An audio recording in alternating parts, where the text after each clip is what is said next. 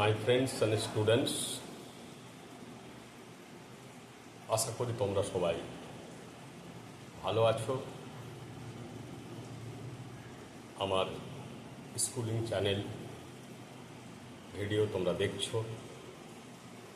প্রথমেই তোমাদেরকে আমি ভালোবাসা জানাচ্ছি, শুভেচ্ছা জানাচ্ছি, সাদর সম্ভাষণ জানাচ্ছি। ভিডিওটা মন দিয়ে শুনবে। আজ ক্লাস 11-এর সেমিস্টার 1-এর ম্যাকবেথ পড়াবো। এটা 2 নম্বর ভিডিও। 1 নম্বর ভিডিওতে আমি ম্যাকবেথ সম্পর্কে কিছু আলোচনা করেছি। সেটা একটু ভাষাটা কঠিন ছিল বা পদ্ধতিটা একটু কঠিন ছিল। আজ অপেক্ষাকৃত অনেকটা সহজভাবে বোঝাবো। তোমরা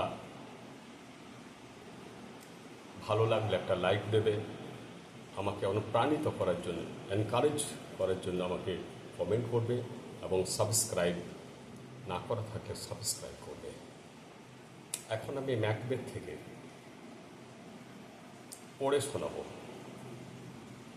অর্থাৎ রিড আউট করব ইংলিশটা এবং তারপর বাংলায় অনুবাদ করে পড়ে যাব, sentence by sentence, word by word. তোমরা খাতা নিয়ে বসে থাকবে, ওয়ার্ড মিনিংগুলো লেখার চেষ্টা করবে, যেগুলো বলবো। সমস্যা হলে বা আমার তরফ থেকে কোনো দুর্বলতা থাকলে, ভুল থাকলে কমেন্টে জানাবে। তোমাদের সমস্ত কমেন্ট আমার কাছে ওয়েলকাম হবে। শেক্সপিয়রের লেখা the greatest dramatist of English literature, Shakespeare, তার লেখা ম্যাকবেথ। ম্যাকবেথ এর আগেও বলেছি, এই নাটকের মূল চরিত্র, the protagonist character of this play by Shakespeare. শুরু করছি। When Duncan was the king of Scotland, there lived a brave general who was looked up to with high esteem throughout Scotland for his great valor and skill in wars. যখন when Duncan was the king of Scotland, দেশটার নাম Scotland, drunken রাজা।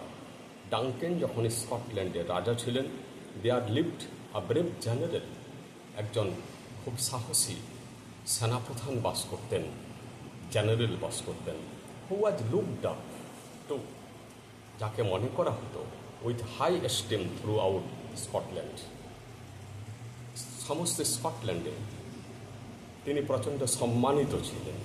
For his great valour and skill in wars, তার প্রচণ্ড সাহসিকতা এবং যুদ্ধক্ষেত্রে দক্ষতার জন্য, নিপুণতার জন্য। He was also a close relative of the old king, তিনি বৃদ্ধ রাজা ডাঙ্কেনের এক নিকটাত্মীয় ছিলেন। হি ওয়াজ ম্যাকবেথ, দ্য থেন অফ গ্ল্যামিস, তিনি হচ্ছেন ম্যাকবেথ, গ্ল্যামিসের থেন। থেন একটা উচ্চপদস্থ ব্যক্তি, থেন একটা উচ্চ পদ,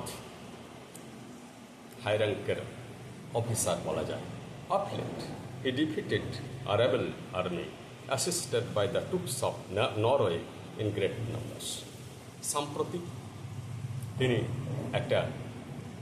একটা বিদ্রোহী সেনাদলকে পরাস্ত করেছেন প্রচুর পরিমাণে নরওয়ের সেনাদলের দ্বারা, যারা অ্যাসিস্টেড অর্থাৎ সাহায্যপ্রাপ্ত ছিল।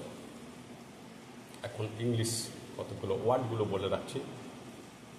ব্রেভ মানে সাহসী, জেনারেল সেনাপ্রধান, এস্টিম সম্মান, থ্রু আউট মানে সমস্ত দেশ, থ্রু আউট দ্য কান্ট্রি। ভ্যালার সাহস, কারেজ ব্র্যাভিটি, এনকারেজমেন্ট, স্কিল দক্ষতা, ওয়ার মানে যুদ্ধ। বড় যুদ্ধকে ওয়ার বলা হয়, ছোট যুদ্ধকে বলা হয় ব্যাটেল বা ফাইট। ক্লোজ, ক্লোজ মানে নিকট, ক্লোজ মানে বন্ধ করা হয়, ক্লোজ মানে নিকট হয়। ক্লোজ রিলেটিভ অর্থাৎ নিকটাত্মীয়। থেন একটা উচ্চ পদ। অফ লেট, অফ লেট মানে সাম্প্রতিক, বেশি দিন আগে নয়, recently, presently or instantly defeated, পরাস্ত হয়েছিলেন রেবেল বিদ্রোহী আর্মি সেনাদল, অ্যাসিস্টেড সাহায্যপ্রাপ্ত, ট্রুপ মানে সেনাদল, ছোট দলকে ট্রুপ বলা হয়, গ্রেট নাম্বারস, প্রচুর পরিমাণে। Next para, the two Scottish generals Macbeth and Duncan. Scottish general ডাঙ্কেনের আন্ডারে দুজন আছেন, ম্যাকবেথ তো আছেনই, তার সাথে আছেন Banquo. Well returning from the great battle, সে বিরাট যুদ্ধক্ষেত্র থেকে ফিরে আসছিলেন। There was thunder and lightning, বজ্রপাত হয়েছিল এবং বিদ্যুতের ঝলক দেখা যাচ্ছিল।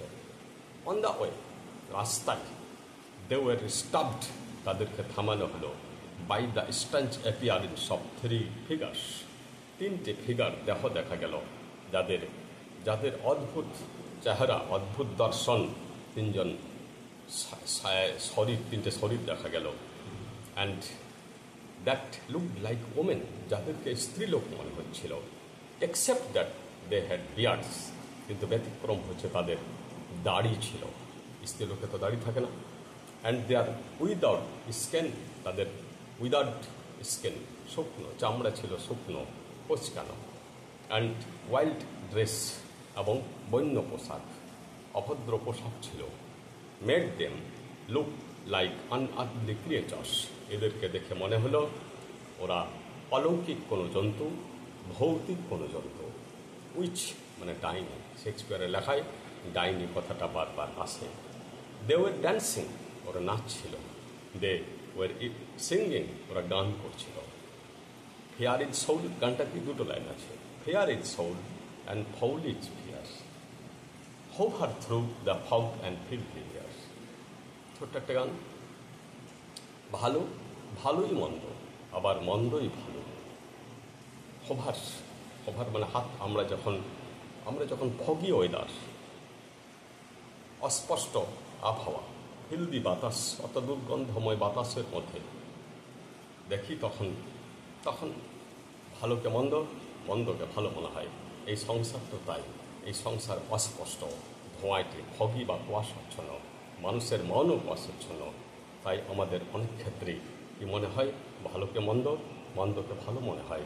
ওরা কিন্তু এখানে ব্যাপারটা বলে দিচ্ছে, জিনিসটা প্রথমেই। অর্থাৎ ওরা যে এই ম্যাকবেথকে ঠকাবে, প্রতারণা করবে, সেটার আভাস, ইন্ডিকেশন এই গানে আছে। এটা শেক্সপিয়ারের কৌশল, তিনি জানিয়ে দিলেন যে ডাইনিরা ভালো করতে আসে না, ওরা সমাজের অভিশাপ। ওয়ার্ডগুলো বলে নিচ্ছে, দেখে নাও। রিটার্নিং মানে ফিরে আসা, গ্রেট ব্যাটেল বড় যুদ্ধ, থান্ডার বজ্রপাত, লাইটেনিং বিদ্যুতের ঝলক, স্টপ থেমে গেল, স্ট্রেঞ্জ অদ্ভুত, অ্যাপিয়ারেন্স দর্শন বা চেহারা, ফিগার মানে দেহ, ওমেন মহিলা, এক্সেপ্ট ব্যতীত বা ছাড়া, বিয়ার্ড দাড়ি, উইদার্ড শুকনো, স্কিন চামড়া, ড্রেস পোশাক, আনআর্থলি অলৌকিক বা ভৌতিক, ম্যাজিক্যাল, ক্রিয়েচার জীবজন্তু, ফাউল খারাপ, ফেয়ার ভালো, থ্রু মানে মধ্য দিয়ে, ফাগ ওয়াসা, ফিল দি এয়ার দুর্গন্ধময় বাতাস, হোভার, হোভার মানে খুঁজে বেড়ানো। ধন্যবাদ, এ পর্যন্তই পড়ালাম, পরের দিন দেখব।